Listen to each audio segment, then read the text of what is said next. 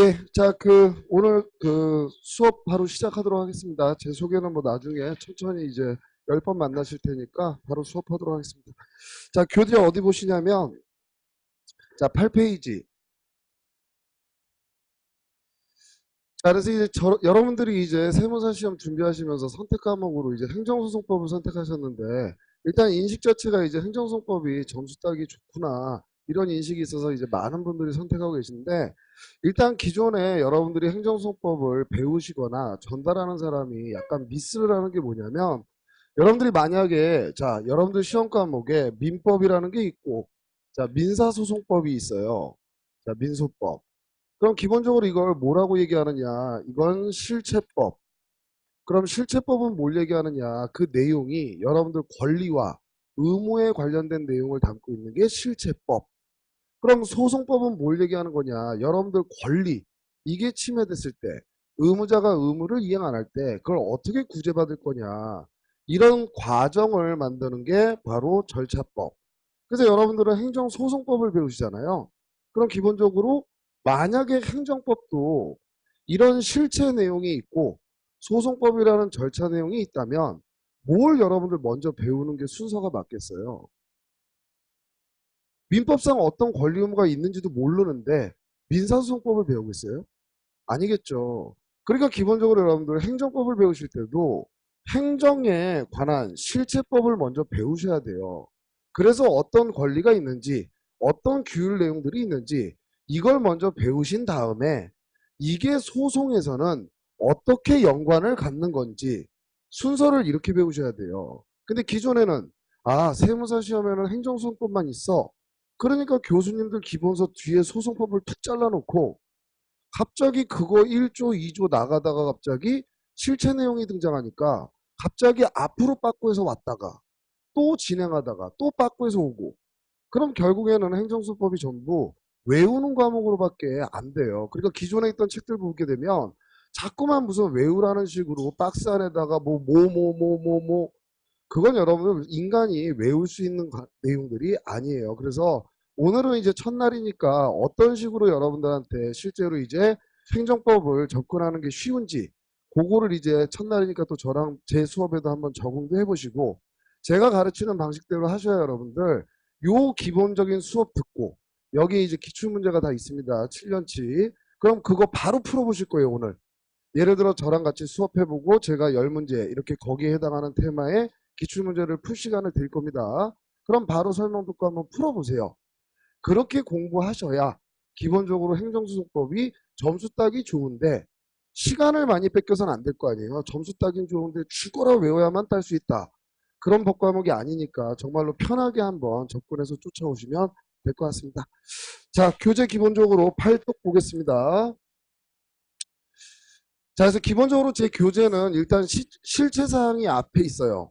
그래서 실체 사항을 다 배우고 뒤로 가는 게 아니라 요 실체 사항이 소송에서는 뭐하고 관련되는지 그렇게 왔다 갔다 합니다. 그러셔야 나중에 여러분들 머릿속에 이 소송법이 정말로 작아지고 여러분들 부담 전혀 없이 아주 좋은 점수, 어차피 저는 가르치는 입장이기 때문에 여러분들 어렵지 않게 만점을 받게 하는 게 제 목적이고 요 10회 강의가 끝나고 나서 이제 2월 달에 7회 문제풀이가 있는데 기출문제는 여기서 다 끝내는 겁니다. 이건 여러분들이 복습하시면서 해결하시는 거고 5회는 진도별로 제가 이제 만드는 예상문제 그리고 나머지 2회는 전범위 모의고사로 총 하루에 2회씩 4회 그 범위를 절대 넘지 않습니다. 편하게 이제 쫓아오시면 행정소송법을 여러분들한테 정말 좋은 점수를 이제 분명히 받으실 수 있을 겁니다. 자, 8페이지 보시면 여러분들 행정법관계라는 게 나오죠. 자, 행정법관계. 자, 그럼 저한테 여러분들이 배우시러 온 과목이 행정법인데 그럼 일단 법관계가 뭐냐? 법관계. 그럼 여러분들 기본적으로 법관계는 한마디로 얘기해서 권리와 의무의 관계예요. 권리와 의무. 자, 여러분들 친구가 야 내가 이번에 월급 받으면 밥 한 끼 사볼게 이렇게 얘기했네요. 그럼 여러분들이 그 친구가 밥을 안 사요. 그럼 여러분들이 소송 제기할 수 있나요? 넌 내가 밥 얻을 먹을 권리를 침해했다. 그러니까 서울중앙지방법원이 밥 사라 이런 판결 나오나요? 아니죠. 그건 권리와 의무가 아니에요. 그건 인간관계에서 호의관계. 해주면 좋고 안 해주면 말고. 하지만 권리 의무 관계는 법에서 일정한 이익을 누리라고 인정해준 힘.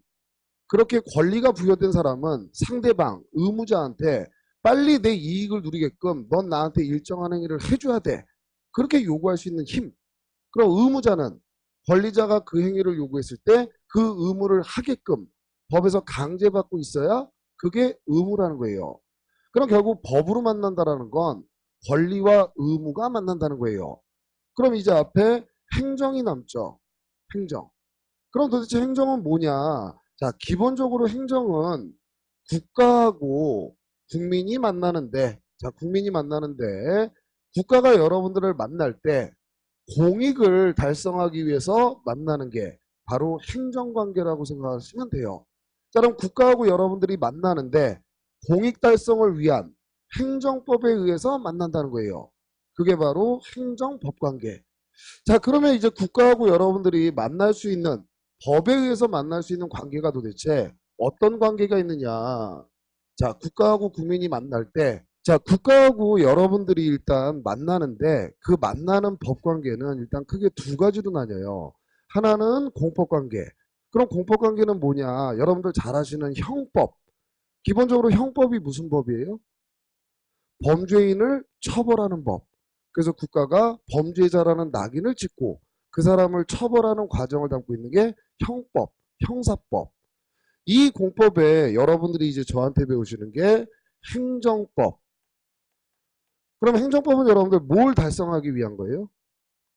행정의 목적은 공익 달성을 위한 법. 형법은 국가가 범죄자로 낙인 찍고 처벌을 위한 법. 국가하고 국민 사이에 규율하는 공법에는 여러 종류가 있는데 그중에서 여러분들이 저한테 배우실 건 공익 달성을 위한 행정에 관한 영역. 이걸 배우시는 거예요. 그러면 국가는 항상 국민을 만날 때 행정법으로만 만나는 거냐? 그렇지 않더라는 거예요. 국가도 여러분들 국유재산이 있어요. 국유재산. 이 재산은 국가가 소유자예요. 소유자. 근데 어떤 재산들이 있을 수 있느냐? 갑이라는 분이 이 토지에서 농사를 짓고 계셨는데 갑이라는 분이 돌아가셨어요. 그럼 이 토지의 소유권은 일반적으로 상속인이 소유권을 갖고 갈 거 아니에요. 근데 상속인도 없이 사망하셨어요. 그럼 이 토지는 여러분들 국고로 귀속돼요. 그럼 이제 국가 소유의 재산이 됩니다. 근데 이건 논이에요. 이 논이라는 토지는 여러분들 무슨 공익하고 관련이 있어요? 을이라는 사람이 논을 갖고 있는 거나 국가가 단지 논의 소유자라는 거나 차이점이 있어요, 없어요? 전혀 없어요. 국유재산에는 이런 재산들도 있더라는 거예요. 이런 게 바로 일반 재산이에요. 일반 재산. 그럼 국유재산에는 또 어떤 재산들이 있느냐? 행정재산이 있어요. 도로, 하천 같은 거. 그럼 여러분들 국가가 도로를 누가 돈 많이 준다 그러면 팔까요? 도로를? 그럴 수 없죠. 행정재산은 공익이 설정되어 있는 재산이기 때문에 이건 사법상 거래의 객체가 될 수 없어요. 근데 일반 재산은 어떻게 써요? 국가가 논을 갖고 있어요. 그럼 기본적으로 공무원이 여기 가서 농사를 져야 되겠어요? 아, 공무원 돼 가지고 딱 가서 이제 공직 생활을 한다. 갑자기 야 여기 논 들어왔다. 농사 져라. 그럼 되겠어요? 안 되겠죠. 근데 마침 옆에 을이라는 사람이 이 논이 사고 싶대요. 그럼 얼마든지 국가도 요 일반 재산에 대해서는 을이라는 사람한테 매매 계약을 체결할 수 있다는 거예요. 이 사람이 살 여력이 없대요. 그럼 2년 동안 자기가 임대차 계약을 체결해서 이걸 좀 쓰고 싶대요. 그러니까 국가가 임대인으로서 좋다. 2년간 임대차 해줄 테니까 대부해 줄 테니까 월세 100만 원씩 내라. 알겠다. 월세 100만 원씩 내면서 쓰더라는 거예요. 그럼 기본적으로 국가는 항상 여러분들한테 공익 수행을 위해서만 만나요. 이런 민법, 사인 간에 규율되는 민법이라는 법으로도 얼마든지 만날 수 있다는 거예요. 민법이라는 영역으로도 얼마든지 만날 수 있다는 거예요. 자, 그럼 여러분들이 국가를 행정법으로 만나는 경우도 있고 일반 민법으로 만나는 경우도 있다는 얘기입니다. 그럼 이렇게 나누는 이유가 있겠죠. 여러분들이 국가를 만났을 때 행정법으로 만났냐 민법으로 만났냐 나누는 이유가 있겠죠. 똑같은 권리 의무에 의해서 규율되는 법관계인데 이건 행정법으로 만난 관계. 이건 민법으로 만난 관계. 어? 국가가 2년 임대차 분명히 계약 체결해 놓고 갑자기 1년 지나서 나가래요. 나가래요. 그럼 이 사람 여러분들 임대차 계약상의 권리가 침해당하잖아요. 그럼 이 사람은 무슨 소송을 제기해서 구제받아야 될까요? 국가를 상대로. 무슨 법에 의해서 만나요? 민법. 그럼 무슨 소송을 제기해요? 민사소송. 민사소송. 근데 국가가 여러분들한테 세금 부과하죠. 세금을 부과하는 건 왜 부과하는 거예요? 국민들한테 세금을 부과해서 그걸 받아들여서 공익수행을 위한 재정을 확보하기 위해서. 근데 이 세금 부과, 이건 그럼 민법 관계예요? 행정법 관계겠어요? 행정법 관계. 그럼 여기에서 만약에 여러분들이 5천만 원만 내야 되는데 1억이 딱 부과되네요? 여러분들 분명히 5천만 내면 되는데 1억이 부과됐어요. 그럼 이 사람 구제받아야 될 거 아니에요? 여기에서 만약에 국가가 여러분들을 침해하게 되면 여러분들은 무슨 소송을 제기하라는 겁니까요? 행정소송. 행정소송. 민사소송이 아니라 이 행정법 관계에서 분쟁이 발생하면 그때는 행정소송을 제기하라는 거예요. 그럼 국가하고 여러분들이 항상 행정소송으로만 만나요? 민사소송으로도 만날 수 있다는 거예요? 민사소송으로도 만날 수 있다는 겁니다. 자, 그럼 다시 행정법 관계는 두 가지로 나뉘어요. 하나는 권력 관계, 하나는 비권력 관계. 자, 그럼 권력 관계는 뭐냐? 세금 부과할 때 여러분들 국가가 대등한 관계에서 세금 좀 내주시면 좋겠는데요. 내면 내고 말면 말고. 이런 모습이에요. 우월한 지에서 일방적으로 명령하는 거예요.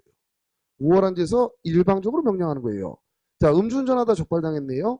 이 사람 면허 어떻게 해요? 취소해버리죠. 그게 대등 관계에서 운전 좀 자제해 주실래요? 요청하는 거예요. 아예 일방적으로 면허를 취소해버리고 이 사람 운전 못하게 해버리는 거예요. 우월한 지에서. 그렇게 국가가 여러분들을 만나는 관계가 국민보다 우월한 지위에서 만난다고 해서 권력 관계. 국가가 여러분들보다 우월한 지에서 일방적으로 명령 강제하는 겁니다. 자, 지금까지 보신 예는 여러분들한테 수익이에요? 침익이에요? 조세 부과, 운전면허 취소. 이건 침익이죠. 근데 여러분들 건축물 지으려면 그냥 지을 수 있어요? 신청하고 허가 받고 줘야 돼요. 허가 받고. 그때 여러분들이 협상하는 거예요. 국가하고. 건축 허가를 어떻게 받을지? 아니죠. 여러분들은 낮은 지에서 신청하는 거예요. 그래서 요건 충족되면 허가 좀 내달라. 좋다. 요건 충족됐다. 허가. 이것도 대등관계에서 나오는 게 아니라 우월한 지에서 나오는 겁니다. 근데 이건 여러분들한테 침익이에요? 수익이에요? 수익. 권력적이라고 해서 반드시 침익만 있는 게 아닙니다.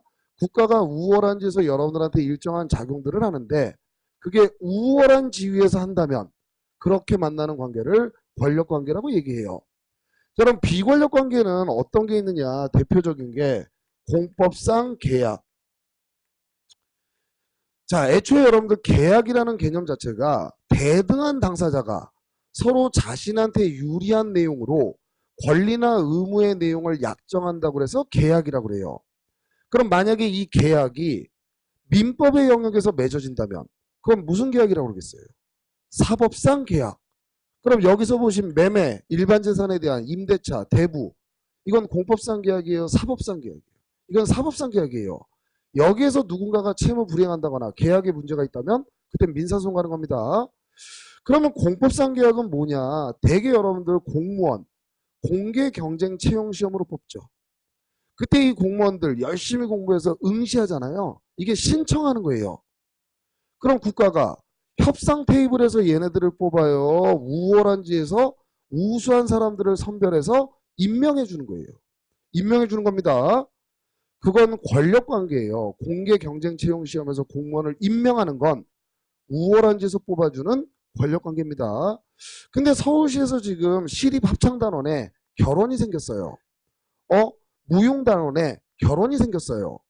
이랬을 때 야, 쟤 춤 잘 추네. 야, 춤춰. 이런 모습은 맞지 않더라는 거예요. 그럼 그런 경우에는 공고를 내요.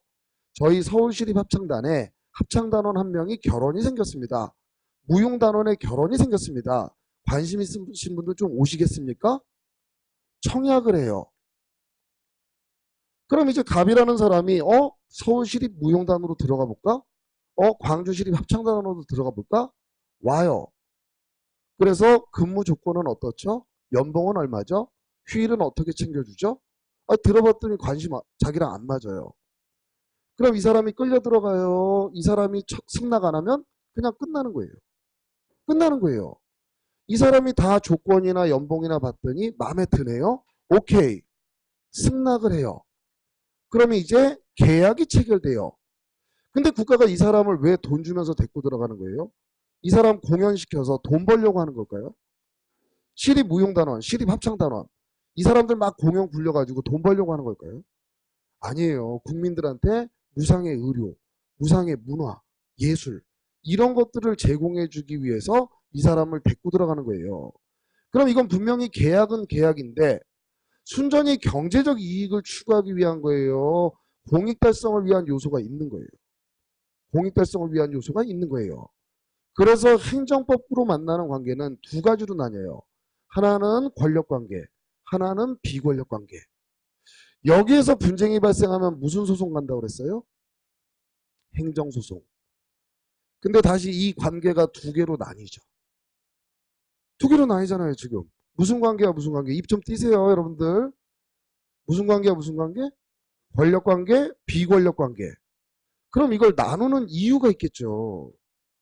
행정소송으로 들어갔더니 행정소송이 다시 두 개로 나뉘어요. 행정소송이. 하나는 항고소송.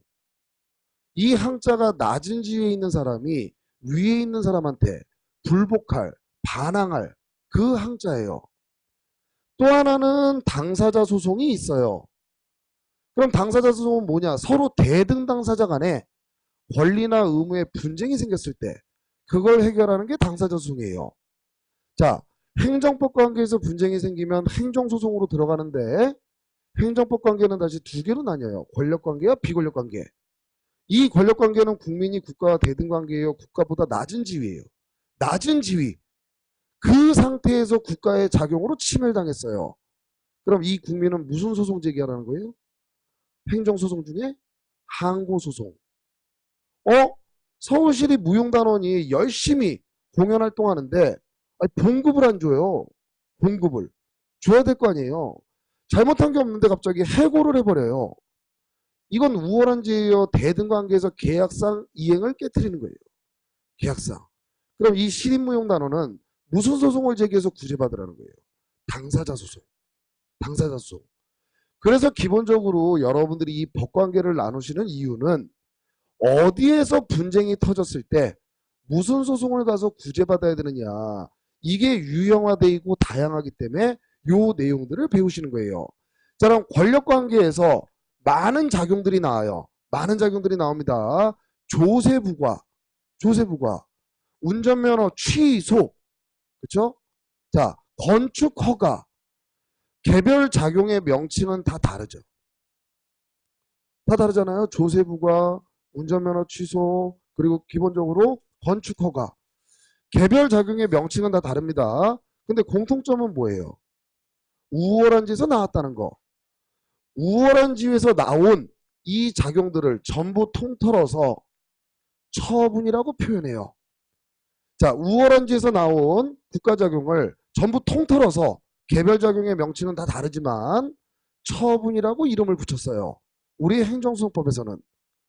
그럼 항고소송의 대상인 행위, 항고소송의 대상인 행위, 결국 뭐가 항고소송의 대상이 된다는 거예요? 처분.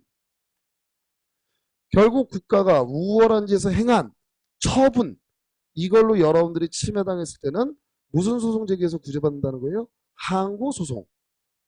대등 당사자 간에 계약상 권리나 의무자가 있을 텐데 갑자기 계약을 해지해서는 안 되는데 정당한 이유 없이 계약을 막 해지해버리네요. 이 사람 보수 청구권이 있는데 보수를 안 주네요. 그럼 공법상 대등 당사자 간에 발생한 분쟁, 이건 무슨 소송 가서 해결한다고요? 당사자 소송 가서 해결하는 겁니다. 그래서 행정소송에는 무슨 소송과 무슨 소송이 있다고요? 항고소송과 당사자 소송. 만약에 국가하고 여러분들이 사법관계로 만났어요. 근데 이 사법이라는 표현 자체가 원래 사인간 이거를 전제로 한 표현이란 말이에요. 근데 국가도 여러분들하고 민법으로 얼마든지 만날 수 있어요, 없어요? 지금 보여드렸잖아요. 얼마든지 민법으로 만날 수 있어요, 없어요? 있어요. 그때 요 사법관계, 이건 사인간을 전제로 한 표현이기 때문에 무슨 표현을 쓰느냐, 국고관계라는 표현을 써요.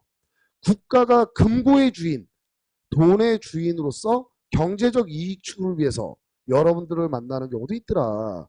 그럼 국고관계에서 분쟁이 발생하면 무슨 소송 간다는 거예요? 민사소송입니다. 자, 교재 한번 보시면, 자, 로마자 1번 행정법관계의 개념 첫째 줄 법률관계란 끝에 권리와 의무의 관계를 말한다. 주된 내용으로 얘기한다. 로마자 2번에 자, 행정상 법률관계의 종류 1번 행정조직법적 관계. 이건 여러분들 국가 내부에 무수히 많은 누가 있어요? 공무원들. 국가와 공무원 사이를 규율하는 게 행정, 조직법적 관계. 그럼 여러분들 이건 행정법 관계라는 겁니다. 행정법 관계. 그럼 공무원이 징계 먹었어요. 징계 먹었습니다. 기본적으로 이 공무원은 무슨 소송가요? 행정조직 내부를 규율하는 행정법이라는 겁니다. 그럼 공무원이 징계 먹었어요. 내부적으로. 무슨 소송가요? 행정소송. 행정소송 하는 겁니다. 회사에서 근로자가 잘렸어요. 무슨 소송가요? 민사소송입니다. 자, 그리고 2번에 행정작용법적 관계. 이게 주되게 이제 여러분들이 배우시는 내용입니다. 국가가 여러분들한테 어떤 작용을 하면서 만날 때 관계는 방가로 1번에 공법관계, 방가로 2번에 국고관계, 자 방가로 1번에 동그라미 1번 권력관계. 이건 대등관계예요. 국가가 우월한 지위예요. 우월한 지위. 첫째 줄 공권력의 주체로서 우월한 지위가 인정된다. 다섯째 줄 무슨 소송으로 가요? 권력관계. 무슨 소송가요? 항고소송. 행정소송 중 항고소송의 대상이다. 자, 비권력 행정법 관계 둘째 줄 가운데 공법상 계약. 지금은 요 정도 대표적인 거. 자, 밑에 무슨 소송가요? 당사자 소송. 자, 국고관계 셋째 줄 끝에 예컨대 국유 일반 재산의 매매, 임대차, 대부계약 같은 거. 국가도 자동차가 필요하면 경찰차가 필요하면 돈 주고 다 사가는 겁니다. 값싸고 질 좋은 차를 물품 구매 계약. 정부 종합청사 건물 짓습니다. 그럼 그런 것도 건설사하고 당연히 사법상 도급 계약을 맺어서 행하는 모습이고요. 이건 사법관계에 해당한다. 민사소송의 대상이 된다. 자, 다만부터는 지금은 보지 마세요. 요거는 이제 뒤에 국가배상이랑 부당이득을 볼 테니까 지금은 일단 원칙만 보시는 겁니다. 자, 그럼 밑에 판례는 여러분들 일단 여러분들이 저한테 2달 동안 아니 이제 10회 동안 이거 네 배우겠죠. 네. 그러면 국가하고 국민이 민법으로 만나는 관계. 요거는 뒤에 등장하지 않는단 말이에요. 그러니까 기본적으로 여기서는 국가하고 국민이 만나는 사법관계. 이건 어떤 종류가 있느냐. 그거를 여기서 보시고 이쪽에 등장하는 건 이제 10회 동안 내일상 보시게 되는 겁니다. 자, 그럼 여러분들 친구분들 중에 공사나 공단에 다니는 친구들 있죠. 있는 분도 있을 거고 없는 분도 있을 거고. 예? 그 친구들 공무원이에요? 각종 공사나 공단에 근무하는 그 친구들 공무원이에요? 아니죠. 그 친구들이 공무원법의 규율을 받아요? 아니에요. 그럼 그 친구들이 공사나 공단에 근무하는 관계, 이건 공법관계라는 거예요? 사법관계라는 거예요? 사법관계라는 거예요. 그럼 해고당했어요. 공사나 공단에서. 그럼 그 사람들은 무슨 소송 제기하라는 거예요? 민사소송. 자, 판례 1번. 서울 지하철 공사가 소속 직원에 대해서 징계했는데 끝에 민사소송에 의할 것이지 행정소송에 의할 수는 없다. 2번에 한국조폐공사 직원의 근무관계 사법관계. 3번에 첫째 줄 가운데 종합유선방송위원회 밑에 끝에 그 사무국 직원들의 근로관계 사법상 계약이다. 4번에 첫째 줄 끝에 공무원 및 사립학교 교직원 의료보험관리공단 공단 직원의 근무관계 끝에 사법관계다. 5번 6번에 보시면 여러분들 5번에 예산회계법 지방재정법 나오죠. 그리고 6번에도 예산회계법 나오죠. 애초에 여러분들 예산회계법 지방재정법 나오면 이건 그냥 사법관계예요. 예산회계법은 왜 만들었느냐. 예산이 결국 뭐예요? 돈. 그럼 국가가 돈을 쓸 때 어떻게 써야 낭비하지 않고 효율적으로 쓰는지 그거를 규율하는 게 예산회계법이에요. 지방재정법. 이건 당연히 지자체. 이 지자체들이 돈을 갖고 있을 때 이걸 어떻게 써서 낭비하지 않고 자꾸 빚에 앉지 마라. 이런 것들을 규율하는 게 지방재정법이에요. 요 두 개가 등장하면 그건 사법관계로 보시면 돼요. 사법관계로. 자, 그럼 여기서 여러분들 국가가 건물 공사를 하려고 그래요. 건물 공사. 이거 무슨 관계예요? 정부 종합청사를 건설사 입찰해가지고 쟤한테 계약을 맺고 싶어요. 공사 도급 계약. 이거 무슨 관계예요? 사법관계. 그럼 예산회계법이나 지방재정법에서는 어떤 규정이 있냐면 자, 지금 국가가 건물을 하나 냅니다. 건물을 하나 지어요. 그래서 자, 우리가 이 건물을 하나 지을 거니까 관심 있는 사람들 입찰해라. 입찰해라. 그래서 A, B, C가 입찰을 해요. 그럼 이때 여러분들 그냥 입찰서 내고 얘를 낙찰시켜줬는데 얘가 계약을 이행 안 해요. 그럼 국가는 손해가 크잖아요. 다른 건설사를 또 선정해야 되잖아요. 그러니까 입찰할 때 총 공사대금의 10%씩 이걸 보증금으로 걸어라. 보증금으로. 그래서 10%씩 걸었습니다. A가 낙찰됐어요. A가. 그럼 당연히 이 사람들 낙찰 안 됐으니까 이거 돌려줍니다. 그럼 얘는 이미 10% 공사대금은 낸 거잖아요. 그 공사대금의 10% 보증금으로 걸었잖아요. 얘를 낙찰시켜 줬어요. 그럼 얘 공사해야 돼요, 안 해야 돼요? 해야 돼요. 근데 공사를 안 해요. 공사를. 그럼 국가는 다시 입찰 공고 내야 되고 새로운 건설사를 또 선정해야 되는 비용이 발생하죠. 이런 경우에 이거를 국고 귀속시켜요. 자, 그럼 이 행동을 국가만 할 수 있을까요? 문일도 할 수 있을까요? 국가만 할 수 있어요. 아니 제가 전원주택 하나 지으려고 그래요. 제가 그냥 일간지에 입찰 공고 내요. 나 이거 하나 짓고 싶은데 관심 있는 애들 와라. 근데 이런 일 일어날 수 있으니까 공사대금에 10% 걸어라. 걸어요. 안 하네요? 그럼 요 입찰보증금은 이런 일이 일어났을 때 발생하는 손해배상액이에요. 그걸 미리 예정해 놓은 거라는 거예요. 그럼 이게 우월한 지에서 뺏어가는 거예요. 사법상 계약에 한 내용으로 만들어지는 거예요. 사법상 계약에 한 내용으로 만들어진다는 겁니다. 그래서 6번에 첫째 줄 예산회계법에 따라 체결되는 계약은 사법상 계약이고 끝에 입찰보증금은 밑에 사법상 손해배상 예정의 성질을 갖는 것으로서 얘가 세무 불이행할 때 입찰보증금의 국고기속 조치는 밑에 행정소송의 대상이겠어요? 민사소송의 대상이겠어요? 민사소송의 대상이다. 7번에 전화가입계약. 옛날에는 여러분들 전화가 휴대폰 이런 게 없었고 유선전화만 있을 텐데 지금으로 말하면 KT. 이게 옛날에는 한국통신공사였어요. 그럼 이 전화를 무조건 여러분들 써야 돼요, 집전화를? 아니죠. 필요한 사람은 가서 계약해서 쓰고 필요 없으면 안 쓰고.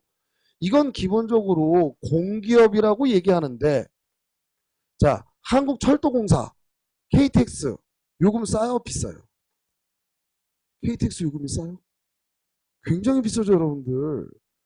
공기업은 국가가 설립했지만 여러분들 상대로 장사하는 주식회사라고 생각하시면 돼요. 그럼 한국통신공사든 한국전력공사든 여러분들이 전화 가입 계약하고 전기 공급 계약 맺고 한국철도공사 철도 계약 맺는 건 이건 사법관계예요. 국가가 기본적으로 공기업이라는 걸 만들어서 여러분들한테 만날 때 그거는 순수한 주식회사를 만나는 거와 별반 차이가 없더라는 거예요. 이거랑 다른 게 영조물이라는 게 있습니다. 영조물은 뭐냐? 국가가 설립해요. 서울대학교. 영조물은 공익 목적을 위해서 제공된 인적, 물적 시설의 결합체예요. 이것도 국가가 만들어서 운영한단 말이에요. 등록금 받아요, 안 받아요? 받아요. 근데 여기는 영리 추구를 전혀 못해요. 정말로 그 학생들이 받는 서비스료만 딱 내는 거예요.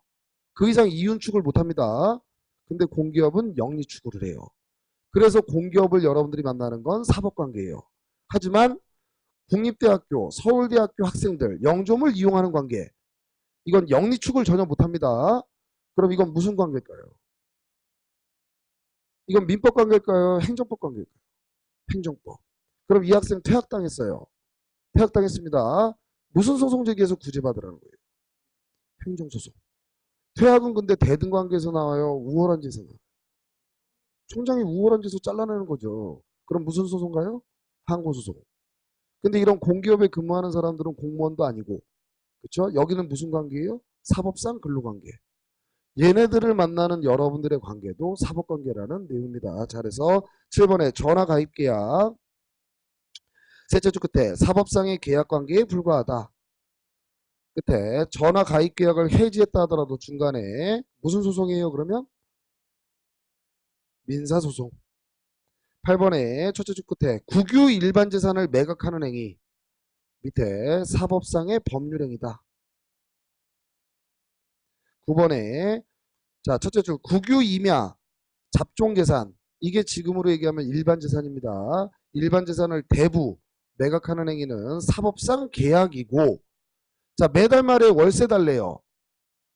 임대차 계약 체결했으니까 매달 말에 월세 줘 이럴 거 아니에요. 이게 우월한 짓에서 세금 부과하는 거예요. 원래 임대차 계약에 임대인으로서 사법상 임대료 청구하는 거예요.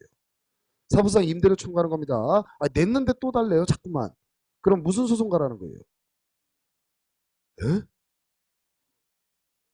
민사소송, 사법상 이행 청구라고 그랬잖아요. 그럼 첫째 줄 끝에 이 대부계약에 의한 대부료의 납부고지 역시 사법상의 채무 이행을 구하는 것이다. 그럼 이건 처분이라는 거예요? 처분이 아니라는 거예요? 이 사법상 이행 청구 돈 줘! 이건 처분이라는 거예요? 처분이 아니라는 거예요? 처분이 아니라는 겁니다.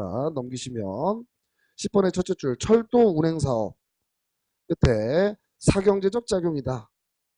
밑에 끝에 일반 민법 규정에 따라야 된다. 11번에 공토법상 손실보상의 협의 끝에 사법상 계약이다.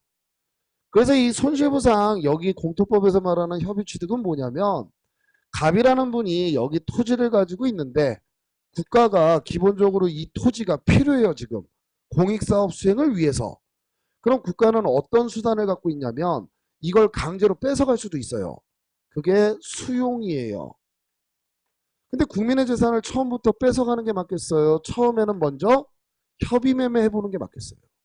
협의를 먼저 해봐야 되겠죠. 그래서 저희가 10억 드릴 건데 어떻게 파시겠습니까?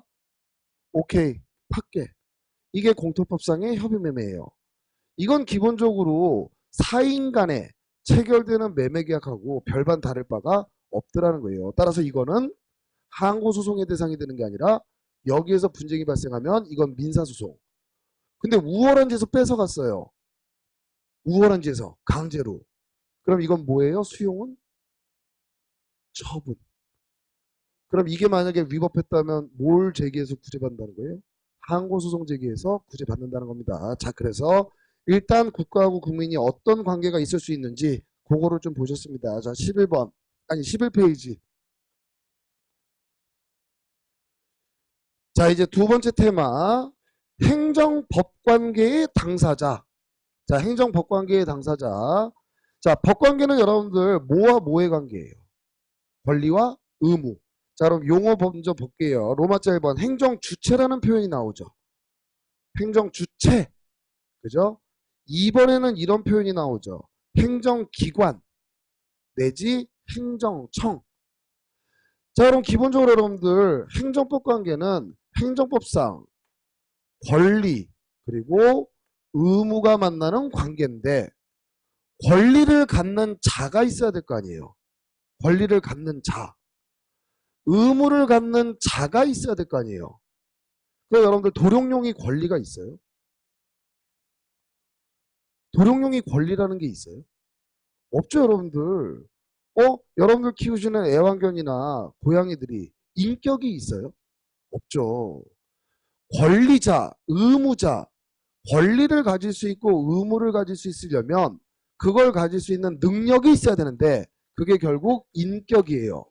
인격. 그럼 기본적으로 인격, 자연인. 여러분들이나 저는 태어나면서부터 인간으로 태어났기 때문에 당연히 권리와 의무를 가질 수 있는 능력을 갖고 태어나요. 근데 현대사회에서는 모두 있느냐? 법인도 있어요. 인간은 아닌데 일정한 사람들이 모인 이런 단체, 여기에도 독립한 인격을 부여하는 것들이 현대사회에선 필요하더라. 그래서 법에 의해서 인격이 부여된 거예요. 비법인, 사단, 재단. 그럼 비법인 사단, 사람들이 분명히 모였는데 얘는 법인격은 취득하지 않았어요. 그럼 이 둘의 차이점은 뭐냐? 기본적으로 법인은 법인 등기부가 발급돼요. 비법인 사단은 법인 등기부는 없어요. 하지만 사람들이 모였고 내부 규율이 있고 대표자가 활동하고 있어요. 그럼 이런 것도 그냥 법에서는 인격으로 인정해 줍니다. 그럼 기본적으로 인격을 가질 수 있는 건 자연인, 법인, 실질적으로 법인처럼 활동하고 있는 비법인 사단. 얘네들이 인격을 갖는 거예요. 자, 그러면 국가. 국가 여러분들 인격 있어요, 없어요? 국가에 인격 있어요, 없어요? 여러분들 납세 의무가 여러분들은 누구에 대한 의무예요? 여러분들 국민은 모두 납세 의무가 있잖아요. 누구에 대한 의무예요? 국가에 대한 의무죠. 그럼 여러분들한테 세금 받을 권리자가 누구라는 거예요? 국가. 그럼 국가는 인격이 있다는 거예요. 그럼 국가한테 인격을 부여한 법이 뭐냐? 헌법. 대한민국 헌법. 국민이 제정한 한 국가의 최고 근본규범으로서 헌법에서 대한민국의 인격을 부여해주는 거예요. 그럼 이 국가는 여러분들 지금 행정법에서 여러분들이 국가를 만나는데 행정법의 영역에서 행정은 뭐 하려는 법이에요? 행정의 목적이 뭐예요? 공익달성. 그럼 공익달성을 하기 위해서 세금 내라, 운전면허 취소하겠다, 철거해라, 상대방한테 이렇게 명령하고 돌아다니는 건 국민이 일반적이에요? 국가가 하고 다녀요? 국가. 그래서 행정법의 영역에서 권리자는 대개 국가예요.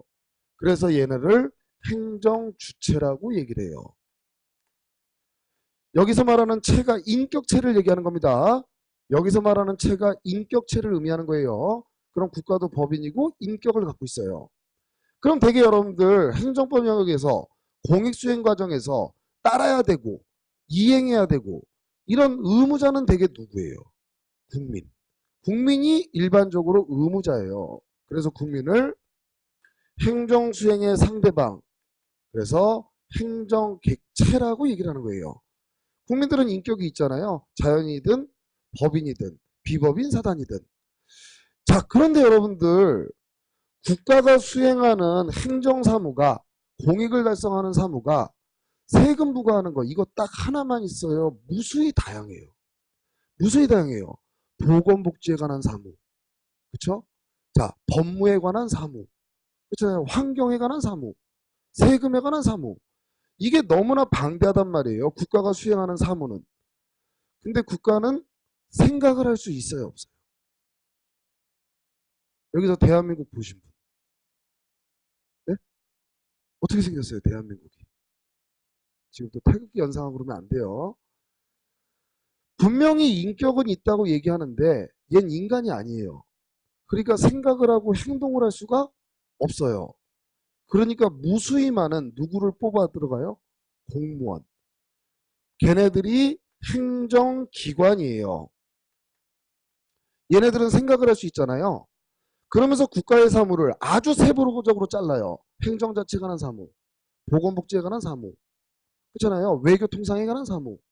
그러면서 국세에 관한 사무. 그래서 국세청이라는 조직을 만들어요. 그럼 국세청 공무원들 굉장히 많죠. 굉장히 많습니다. 이 조직에 우두머리도 많아요. 우두머리는 한 명이에요. 한 명이에요. 그래서 국세청장이 있어요. 얘가 행정청이에요.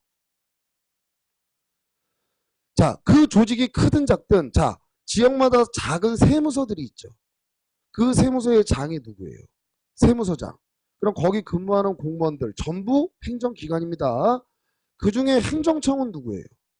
세무서장, 경찰서장, 위로 가면 지방경찰청장, 지방국세청장, 위로 가면 국세청장. 각각의 조직의 장들을 행정청이라고 얘기해요. 그럼 여러분들한테 처분이 나올 때는 처분 문서 밑에 이 행정청의 이름이 박혀 있어요. 야, 갑 1억 원의 소득세 내. 이 문서의 맨 하단에는 조직의 장들, 국세청장 얘 이름이 박혀 있는 거예요. 자, 그럼 기본적으로 여러분들 행정주체, 여기서 행정주체는 누구예요? 인격체. 행정주체는 누구예요? 국가. 행정기관은 무수임하는 공무원들. 그 중에 행정청은 누구예요? 행정기관들 중에 그 조직의 장, 우두머리, 얘가 행정청이에요. 그래서 행정청이, 국세청장이 갑한테 1억 원의 소득세를 부과했어요. 우월한 짓을 했습니다. 처분이죠. 세금 부과했으니까 처분이죠. 갑이 이제 1억 원의 납세 의무가 발생했죠. 의무 발생했잖아요. 누구에 대한 의무예요? 국가에 대한 의무입니다. 그럼 이 납세에 대한 권리자는 누구예요? 국가. 근데 누가 내라고 그랬어요? 내라고는 누가 했어요? 국세청장. 그럼 얘는 권리자예요? 권리자가 아니에요? 권리자 아닙니다, 여러분들. 국가가 권리자예요. 그럼 얘가 이렇게 하는 건 뭐냐? 이건 권한이에요. 본인, 행정주체의 의사, 그것도 국세에 관한 의사, 얘는 생각을 못하니까 그 의사를 결정해서 대외적으로 자신의 이름으로 표시할 수 있는 지위, 자격, 이걸 권한이라고 얘기를 해요. 그럼 여러분들 행정기관 행정청은 권리나 의무를 갖는 거예요?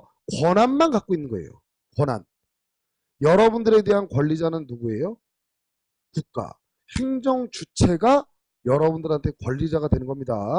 자, 그럼 행정주체하고 행정청, 이거하고 같은 개념이에요? 다른 개념이에요? 행정주체는 권리나 의무를 가질 수 있는 인격체. 권한자는 행정주체를 위해서 일정한 의사를 결정하고 행위를 할 수 있는 지위, 자격. 행정청하고 행정주체하고 같아요, 달라요? 다릅니다, 여러분들. 이거 다르다 또 얘기하는 이유가 있겠죠. 얘기하는 이유가 있어요. 항고소송의 대상은 뭐예요? 항고소송의 대상이 뭐였어요? 처분. 자, 그럼 소장은 여러분들 누가 써서 내요? 소장은.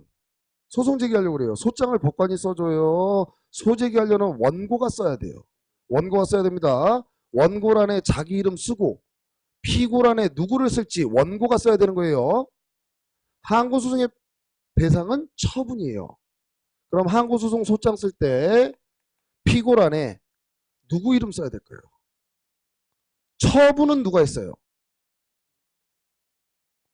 지금 처분을 누가 했어요? 조세부가. 행정청이 했죠. 국가는 행동을 못 하잖아요. 처분은 누가 했어요? 행정청. 그럼 항고소송의 대상은 처분이에요. 이걸 한 건 행정청이죠. 그럼 항고소송 제기할 때 피고란에는 국가를 쓰면 돼요. 처분청을 써야 돼요. 처분청. 저 처분을 한. 근데 당사자 소송의 대상은 뭐예요? 행정법 관계에서 발생한 권리와 의무의 다툼이 생겼을 때 이게 당사자 소송의 대상이에요. 권리와 의무의 다툼. 여러분들이 분명히 권리 있고 상대편이 의무가 있는데 의무를 이행하지 않는다거나 여러분들이 이번에는 의무가 있고 상대편이 권리가 있는데 여러분들이 의무를 이행하지 않는다거나 그때 법원이 얘 진짜 권리 있나? 야 빨리 의무 이행해. 이걸 판단하는 게 당사자 소송이에요. 그럼 당사자 소송은 대상이 권리나 의무에 관한 다툼입니다. 요때 피고는 누굴까요?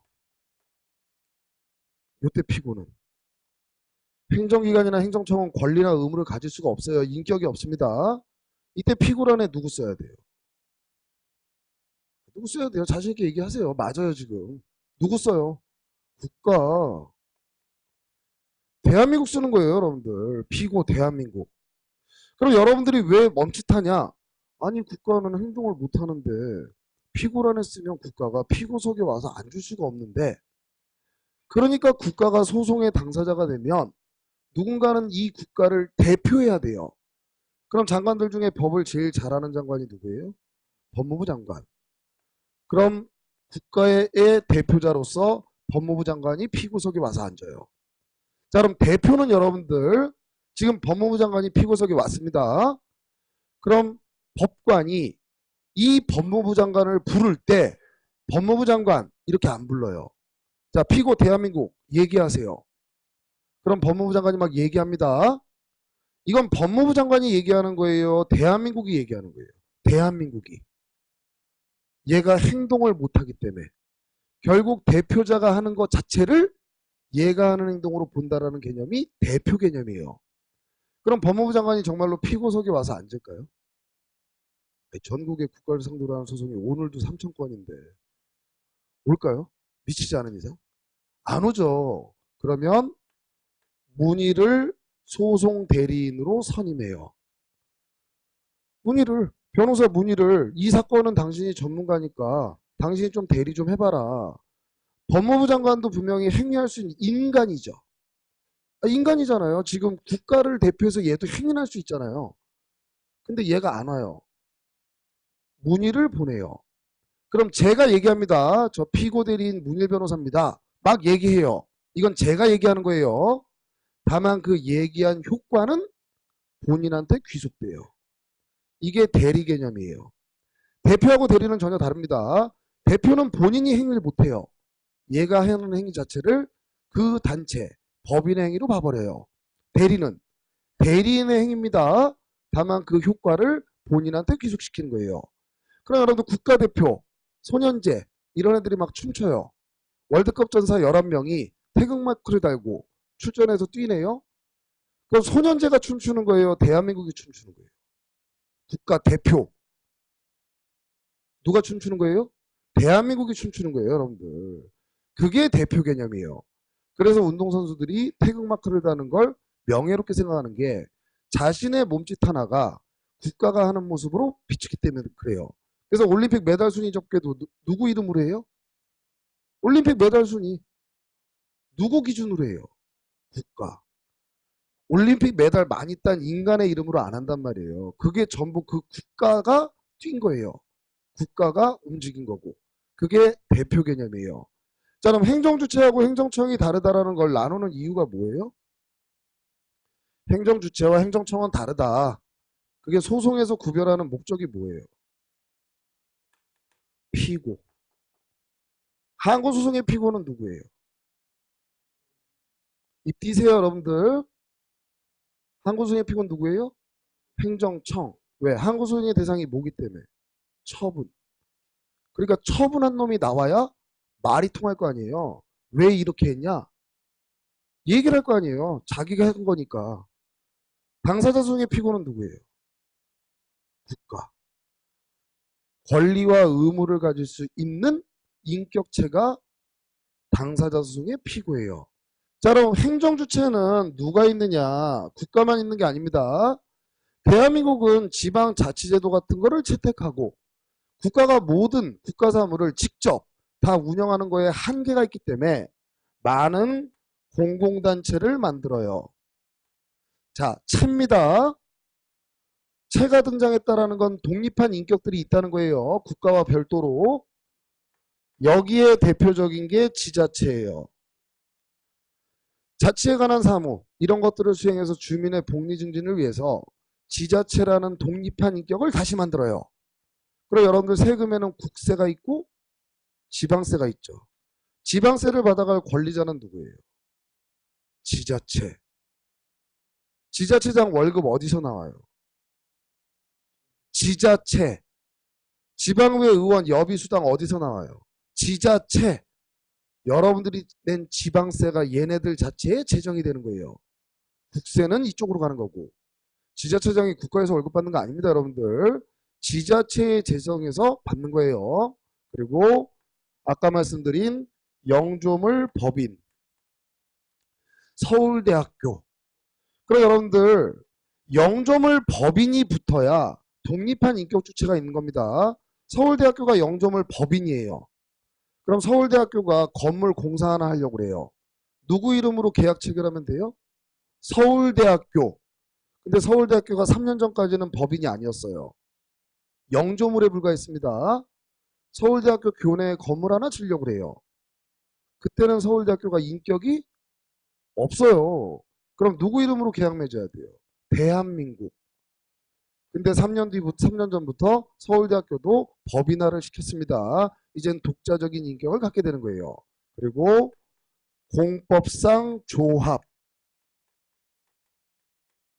공법상 조합. 대표적인 게 농지개량조합. 과거에 대한민국의 농지들이 전부 지렁이처럼 전부 삐뚤삐뚤했어요. 그러니까 땅을 잘라보니까 이렇게는 갑의 땅, 을의 땅이 여기 좀 있고 여기 좀 있고 병의 땅이 이런 식이고 젊은 사람들이 다 떠났는데 이제 기계가 이 노동력을 대체해야 되는데 기계는 요런 데를 못 돌아요. 그러니까 경작률이 굉장히 떨어진단 말이에요. 산출량이. 그러니까 국가가 농지를 개량하겠다라는 목적을 가진 단체를 만들고 여길 바둑판식으로 다 정비해버려요. 그래서 이건 갑이 갖고 가, 이건 을이 갖고 가, 이건 병 거, 이건 정 거. 이 목적으로 만들어진 게 농지개량조합이에요. 그리고 공법상 재단, 한국학술진흥재단. 재단은 여러분들 사람이 주인공이 아닙니다. 조합은 동일한 목적을 가진 사람들의 결합체예요. 재단은 일정한 목적에 의해서 쓰기로 돼 있는 재물, 이거 자체에 인격을 부여하는 거예요. 그럼 한국학술진흥재단, 여기에 있는 재산 자체에 인격을 부여하고 그 목적으로만 쓰여야 되는 거예요. 그럼 심장병 어린이 돕기재단 이런 거 들어보셨잖아요. 거기에 여러분들이 돈을 내면 기본적으로 그 돈 자체가 인격으로 뭉쳐버리고 어느 목적으로만 쓰여져야 되는 거예요. 심장병 어린이를 돕기 위해서만. 그게 공법상 재단. 이게 바로 대표적인 행정 주체들이에요. 그럼 기본적으로 행정 객체는 누가 일반적이에요? 행정 객체는 국민이 일반적이죠. 국민이. 근데 얘네들도 국가에 대한 관계에서는 가끔 행정 객체가 되는 경우가 없을까요? 있을까요? 있겠죠. 국가는 행정 객체가 되는 경우가 있을까요? 없을까요? 국가보다 국가 내에서 더 우월한 지에서 이래라 저래라 할 인격은 없습니다. 자, 그럼 일반적으로 국민, 사인이 행정 주체예요. 행정 객체. 일반적으로 여러분들은 사인의 지위에서, 국민의 지위에서 행정 수행의 상대방으로서 세금 내라고 그러면 세금 내야 되고 이런 모습이 일반적입니다. 근데 이런 일이 생겼어요. 기본적으로 갑이라는 사람, 자, 갑이라는 사람이 건물을 하나 가지고 있는데, 자, 건물을 하나 가지고 있는데 얘가 세금을 안 내요. 세금을 내야 되는데 세금을 안 내요. 그래서 법을 봤더니, 행정법을 봤더니 세무서장, 이 세무서장이 이 갑이라는 사람, 얘 재산을, 체납자잖아요. 이거를 경매, 강제 경매해서 그 돈으로 받아올 수 있게끔 만들어놨어요. 법에. 그게 체납 처분이에요. 야, 네가 자진해서 안 내니까 네 부동산 압류하고 그거 공개 매각해서 그것도 받아오겠다. 이게 체납 처분입니다. 근데 세무서장은 조세 부과는 전문가예요. 돈 내라. 독촉도 잘해요. 부동산 압류까지 딱 했어요. 세무서장이. 이게 대등관계에서 하는 거예요? 우월한 지에서 하는 거예요? 우월한 지에서 합니다. 근데 그 다음이 공매란 말이에요. 이제 공매 처분을 해야 되는데 이건 부동산 경매예요. 부동산 경매.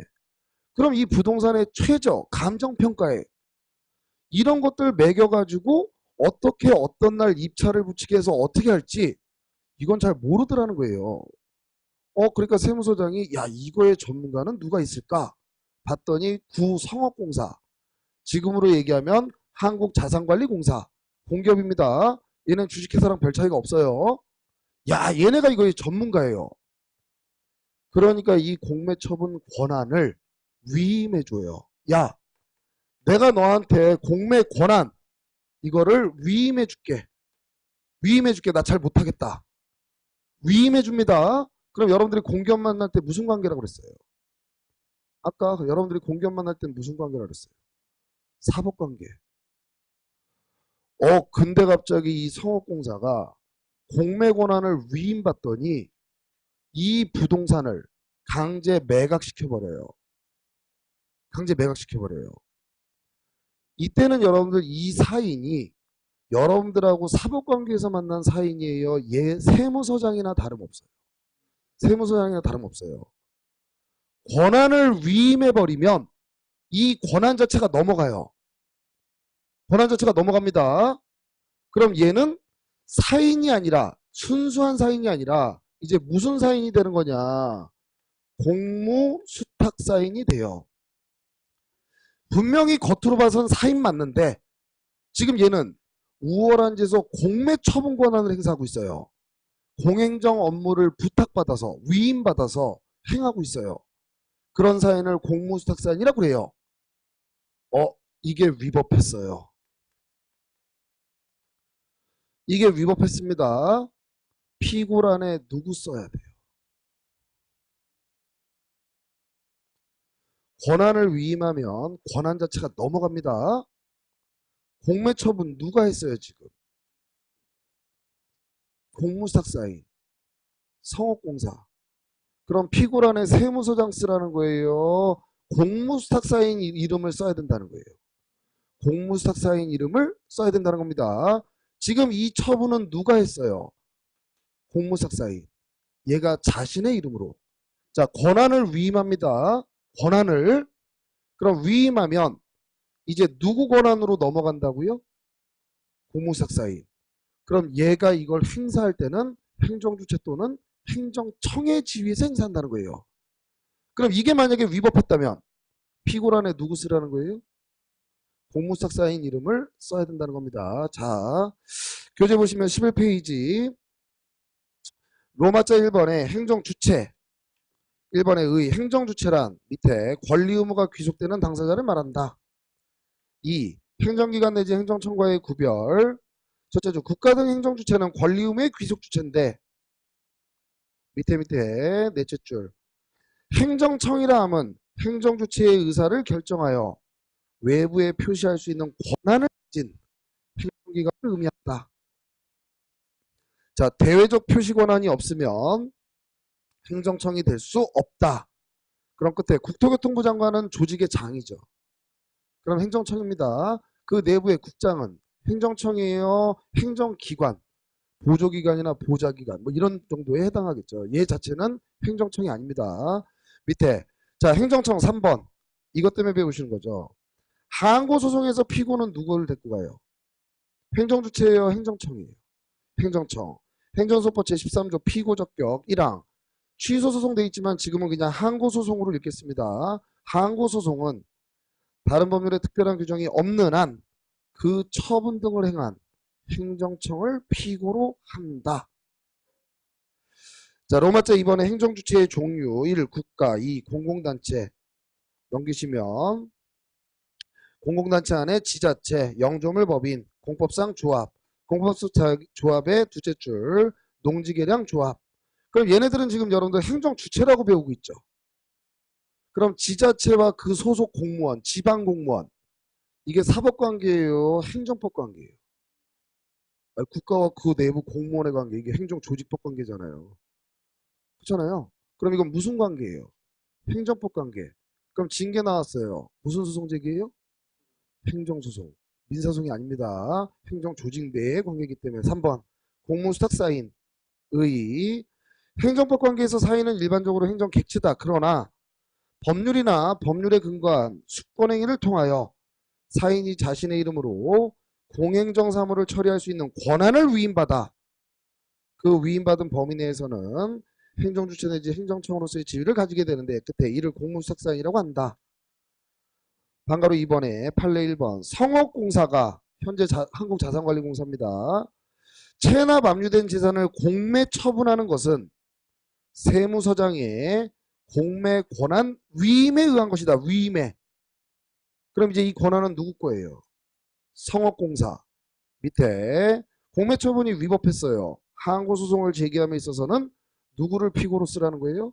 성업공사. 밑에 성업공사를 피고로 해야 된다. 2번에 한국광고자율심의기구. 밑에 행정법상 공무사사인이다.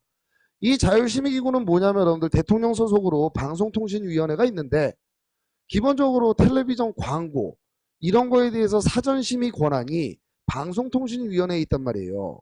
근데 얘네들은 관료라 어떤 광고가 어떤 함축적인 의미가 있는지 청소년한테 어떤 문제를 일으킬지 이거에 대한 전문가가 아니에요.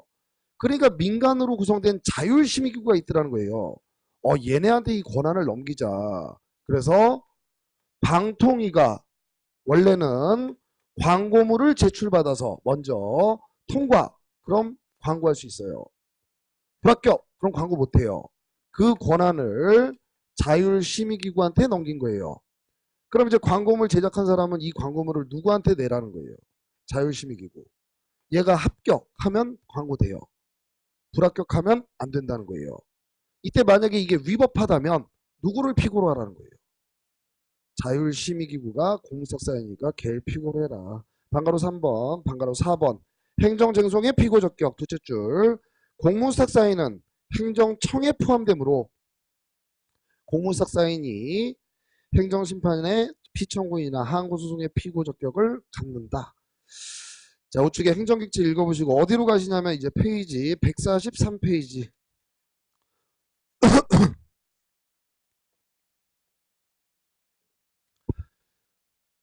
자, 143페이지. 그럼 143페이지 테마 30번의 제목이 뭐예요? 피고적격. 그럼 여러분들이 지금 행정주체는 뭐냐? 행정청은 뭐냐? 이걸 배우신 이유가 행정소송에는 항고소송과 당사자 소송이 있는데 원고가 소장을 쓸 때 피고란에다가 누구를 써야 되는지 이것 때문에 이걸 배우는 거란 말이에요. 근데 이거를 여러분들 예를 들어서 기존의 커리큘럼처럼 갑자기 피고적격 제13조 피고적격 1항 안 그래도 딱딱해 죽겠는데 이 조문 먼저 막 읽히고 그리고 나서 갑자기 행정주체라는 게 있고요. 행정기관이라는 게 있고요. 이렇게 하게 되면 여러분들 머리가 힘들 수밖에 없어요. 편안하게 여러분들 재밌게 실체적인 지식을 베이스로 깔고 이게 행정소송법 조문으로는 어떻게 구체화되는지 그렇게 여러분들이 순서를 잡으셔야 정말로 행정소송법이 정말 점수 따기 좋은 과목이지만 기본적으로 힘도 안 들이고 정말로 편하게 점수 딸 수 있는 과목으로 이제 변하게 됩니다. 예, 좀 쉬었다가 요 피고적격 요거 이제 바로 또 설명드리고 추가할 것 좀 추가하고 여기에 해당하는 기출문제 그걸 여러분들한테 오늘 첫날이니까 오늘은 여러분들한테 풀어보는 시간을 드릴 거예요. 여기서. 내일부터는 안 드립니다. 그럼 내일부터는 여러분들 여기 등장하는 기출문제는 여러분들의 몫이에요. 여러분들이 복습하시면서 기출문제 풀어보시고 그럼 제가 3일째 됐을 때 어제 여러분들이 풀어봤어야 되는 복습문제 있잖아요. 그 중에 보충 설명이 필요한 거. 그 정도만 수업 시작 전에 가볍게 브리핑해드리고 그리고 넘어갑니다. 그리고 기출문제라는 건 여러분들 정말로 진도별로 낼 수 있어요. 기출문제 자체가 전범위를 전제해요. 전범위를 전제합니다. 그러니까 여러분들은 문제를 풀다가 오늘 전혀 배운 내용이 아니에요. 그럼 그거를 제가 이 문제 한 줄 때문에 브리핑을 한다는 건 불가능합니다. 그러니까 그 옆에다가 여러분들 물음표 해놓으시면 돼요. 그래서 이 강의가 다 끝났을 때 쭉 보면서 물음표 있는 것만 여러분들이 이해해서 지우시면 됩니다. 그렇게 이제 쫓아오시면 됩니다. 좀 쉬었다 들어오시죠.